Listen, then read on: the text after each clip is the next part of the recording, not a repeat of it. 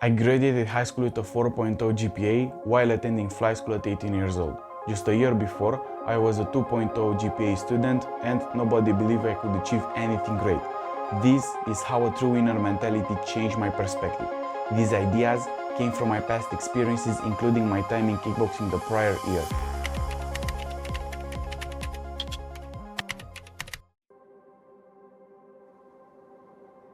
I was bullied in school until I was 14 years old.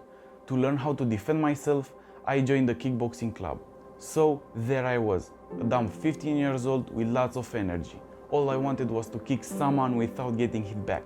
But there were times where I went to training. The other kids beat me up. But that only lasted for the first and second years. In life, when you start something new, things are going to be hard thought at first. You may feel beaten down by everything around you. You might see other kids your age or even younger getting better than you, faster than you, and it can make you feel sad and bad. That is how I was feeling when that exact thing happened to me.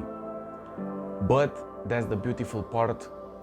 Those tough moments when you feel like giving up or feel embarrassed about not being good enough are the moments that make you stronger. If you stick with it and don't give up, you start to see some progress. You are going to start to win. You are going to win fights, bronze medals, then more bronze medals, and then some silver ones.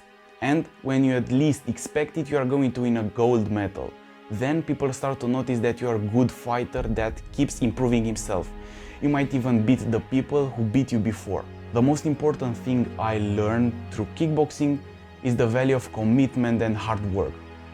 It taught me that if you want to succeed in anything, whenever it's sports, school, or life in general, you can't give up. Those who give up are the only true losers. But if you keep going, keep fighting, and keep improving, you'll always come out on top. That is one example of true winner mentality. And this is another wonderful thing about life. The lessons you learn in one area can often be applied in other areas. For example, the lessons I learned from kickboxing helped me as I started the next chapter of my life, where I aimed to become an academic weapon. A single thing was missing: the motivation. Where was I able to find that? I started to think about why I wanted higher grades. Was it to get into a better university to feel proud of myself, or to prove my teachers, parents, and classmates wrong? And so the challenge began. From September all the way to May of the next year, I had 10 months to prepare for the final exam. This is where my transformation began, from being a fighter to becoming a complete nerd. I used to study for my exams within the matches. I created study groups with classmates on Discord to learn more efficiently, staying up until late to keep studying for this important exam. I even began to hate my life when I struggled with exercises similar to those on the exam.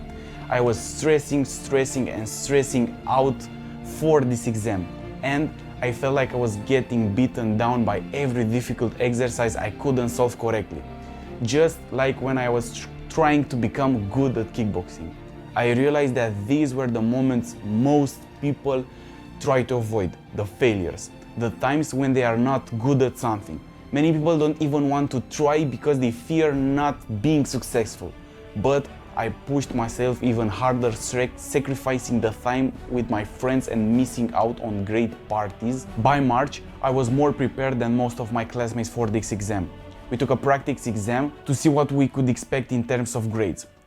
Taking that practice exam was a big deal for me. With all the motivation I had, I managed to score an 8 out of 10. Not great, but a start.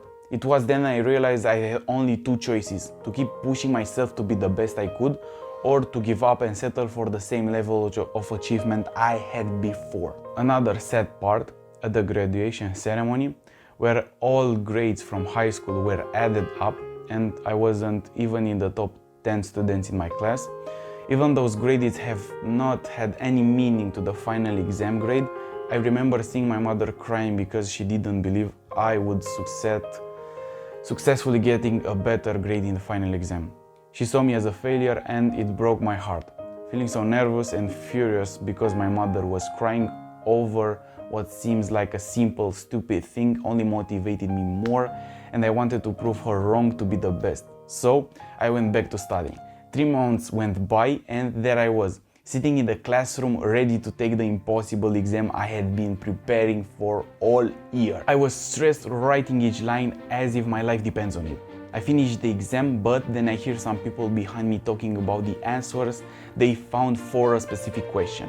I started to panic, worrying that I might have made a mistake. After weeks of waiting, the moments to see the results finally came. I was too nervous to check the results myself, so I asked my dad to read them for me. After 3 minutes of high adrenaline, I hear the news. I was one of the top 3 students in my entire high school. I was over the moon, happy to show my teachers and parents that I wasn't just good at school. I was one of the best. And here I am, 2 years later, trying to be the best at creating an AI platform that will help students learn faster and more affordably for their academic studies. Right now, it's mostly failures and tough moments where reality had beaten me down, but I'm excited to see what the future holds.